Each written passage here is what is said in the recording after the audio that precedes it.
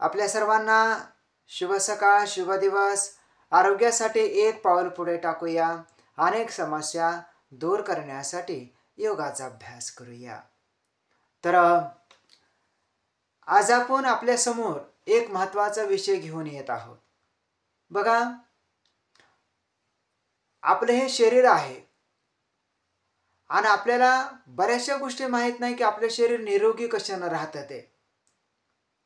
आणि आपण विनाकारण उगाचच इकडं तिकडं विनाकारण नको त्या गोष्टीमध्ये आपण अडकून बसतो आणि आरोग्य देणारं जे साधन आहे त्याच्यापासून आपण दूर राहतो. बघा, आपल्याला परमेश्वराने हे 2 नाक दिलेले आहेत.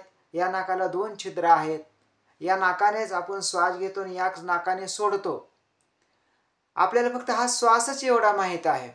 परंतु हा श्वास ज्यावेळेस शरीरामध्ये जातो, तो श्वास आपल्या संपूर्ण शरीराला ताजंतवानं ठेवण्याचं काम, रक्त निर्मितीचं काम, रक्त शुद्धीचं काम, हाडांना बळकटी, ऑक्सिजन लेवल हे संपूर्ण शरीरावरती म्हणजे या श्वासावरती अवलंबून आहे. आपण हे कधी जाणायचा प्रयत्नच नाही करत.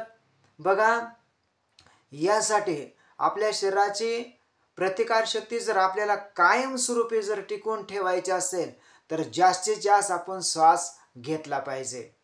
या धकाधकीच्या जीवनामध्ये माणूस घड्याळीच्या काट्याप्रमाणे सारखा त्या घड्याळाकडे बघत असतो आणि त्याप्रमाणे पळत असतो. परंतु हे शरीर अत्यंत महत्त्वाचं आहे. तुमचं काम तर अत्यंत महत्त्वाचं आहे. त्याच्याबद्दल काही म्हणायचं नाही. काम केलं पाहिजे. प्रत्येकानं काम करणं गरजेचं आहे. परंतु ज्याच्याकडून आपल्याला काम करून घ्यायचं आहे ते शरीर मात्र निरोगी असणं गरजेचं आहे.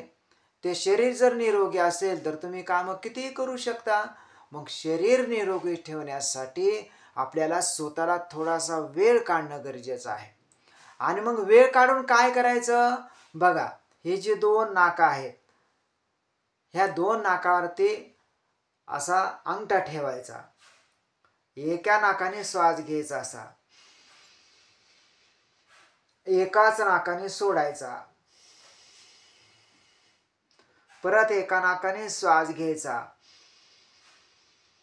परत एकाच नाकाने सोडायचा. मग मी आता उजवी नाकपुडी बंद केली, डाव्याच नाकपुडीने श्वास घेतला आणि डाव्याच नाकपुडीने सोडला. मग उजवी नाकपुडी बंद केल्याच्या नंतर परत डावी नाकपुडी बंद करायची. परत या नाकाने श्वास घ्यायचा आणि सोडायचा. घ्या श्वास, सोडा. घ्या श्वास, सोडा. असं केल्यावर काय होईल? एकाच नाकाने 10 वेळेस श्वास घेतला तर दुसऱ्या नाकाने सुद्धा 10 वेळेस श्वास घ्यायचा. याच्यामुळे आपल्या शरीरामध्ये ऑक्सिजन लेवल टिकून राहते. शरीरामध्ये ऑक्सिजन नसेल तर तुम्ही जिवंत देखील राहू शकत नाहीत. तुम्हाला 8 दिवस जेवण नाही दिलं तरी तुम्ही जिवंत राहू शकता. 8 दिवस पाणी नाही दिलं तरी तुम्ही जिवंत राहू शकता. परंतु 5 मिनिटं जर तुम्हाला श्वासच नाही दिला तर तुम्ही काय होता? या शरीरातून बिगर कामाचे होता, म्हणजे तुम्ही मृत पावता. आणि म्हणून हे श्वास जे आहे तुम्ही एक नाकपुडी बंद करायची, एकानेच घ्यायचा आणि एकाने सोडायचा. रोज 10 मिनिटं अभ्यास करा.